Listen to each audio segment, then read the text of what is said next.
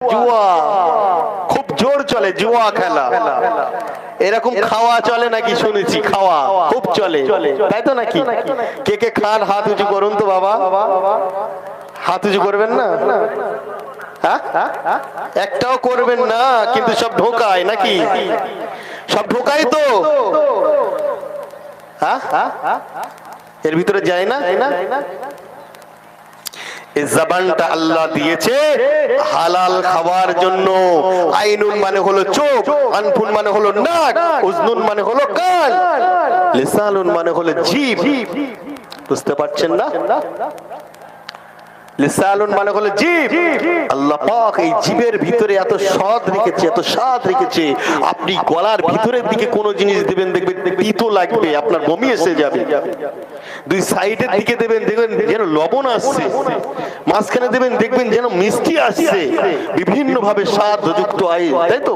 আল্লাহ এমন একটা মেশিন দিয়েছে, এমন একটা মেশিন। আপনি বাঁশ কেটে রস করবেন, বাঁশ কঞ্চি পাওয়া যায়, বাঁশ বাঁশ বাঁশ বলেন তো না, বাম্বু বাঁশ তো। তাই বাঁশ কেটে যে কঞ্চির রস বা বাঁশের রস পাওয়া যায়, এটা গ্লাসে রাখবেন। আর আখ বলেন তো, যেটা আখ হয়, আখ, আর আখটাও কেটে ঠিক নিচে গ্লাসে রাখবেন। একটা অন্ধ মানুষের কাছে দেবেন, তার কিন্তু জিভের দ্বারাই সে বলে দেবে এটা মিষ্টি, এটা কষ, তাই তো নাকি? কি এটা এটা কোনো স্বাদ নেই, নিঃস্বাদ। আর এটা হলো মিষ্টি, চিনি জাতীয়, তাই তো নাকি? তাহলে জিভ এটা বলে দেবে। এই জিভে হারাম জিনিস স্বাদ করার জন্য আল্লাহ পাঠায়নি। আইনুন মানে হলো চোখ। এই চোখ দ্বারা আমরা দেখিয়েছি, আমাদের চোখ একবারও হাউসে কাউসারের দিকে পড়ে না। আমি টাকা জোগাড় করে যাব, হাজি যাব, একটু হাউসে কাউসার নিজে হাতে পান করব। এই আদুন মানে হলো হাত, এই হাত দ্বারা পান করব। এ নিমখারামি মুসলমান সেদিকে যায় না, করছে কি? টলবে নাকি? এই খেয়ে টলবে, তাহলে করছে হালাল উপার্জন, আরে কিনছে হারাম জিনিস খাচ্ছে, তাই তো নাকি? তাহলে খাবেন তো? জোরে বলুন আল্লাহু আকবার, আল্লাহু আকবার।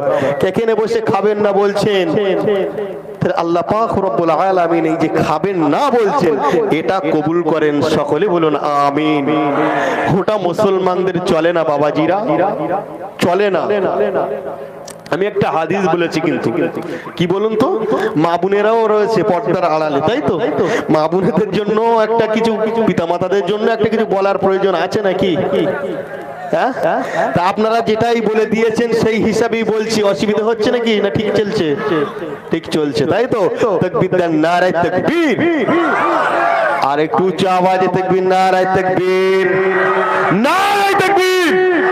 মিলাদুন নবী জলসা, মিলাদুন নবী জলসা, মহান ইসালে সওয়াব, মহান ইসালে সওয়াব।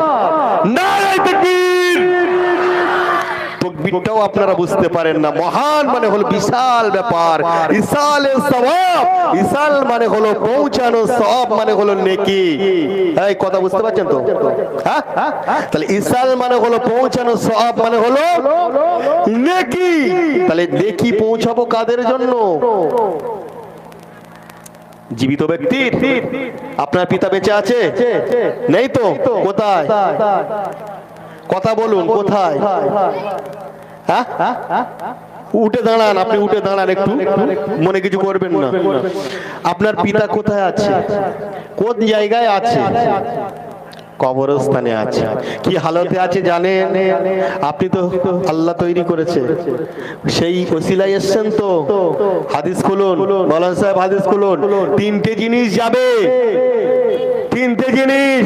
10 তলা বিল্ডিং যাবে না, 10 বিঘে জমি যাবে না, 10 লক্ষ টাকা যাবে না। তিনটি জিনিস যাবে। কি? একটা হলো সাদাকায়ে জারিয়া। 10 বিঘে থেকে আপনি 10 কাঠা দিয়ে দেন মাদ্রাসায়, লিল্লাহিয়া ফি সাবিলিল্লাহ ছেড়ে দিন, দেখবেন ওটাই যাবে কবরে। একবার জোরে বলুন, বলুন। আরো জোরে। আরে 10 তলা বিল্ডিং আছে ঠিকই আছে, আপনি গরিবদের জন্য একতলা দিয়ে দিন, ওটাই যাবে কবরে, পুরো বিল্ডিং যাবে না, ঠিক তো নাকি? লাস্টে কি বলছে, আল আওলাদি সালিহু ইয়াদউ লাহু, তাদের যদি তারা সৎ সন্তান রেখে যেতে পারে, আওলাদ রেখে যেতে পারে, কবরে দাঁড়িয়ে চলে যাবে, নামাজে পানিতে বসে যাবে, মসজিদে গিয়ে নামাজ পড়তে পড়তে দোয়া চাইবে।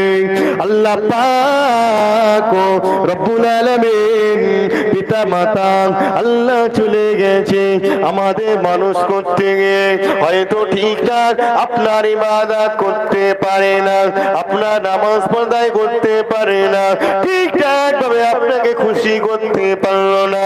আল্লাহ পাক রব্বুল আলামিন আমাদেরকে মানুষ করতে গিয়ে আপনার সরাসরি ঠিকঠাক ভাবে মানলো না। আল্লাহ আপনি ক্ষমা করুন। বিশ্বনবী দুসানে বাসনবী আমার বলছে, সন্তান যখন হাত উঠিয়ে দোয়া চাগে, আল্লাহ পাক রব্বুল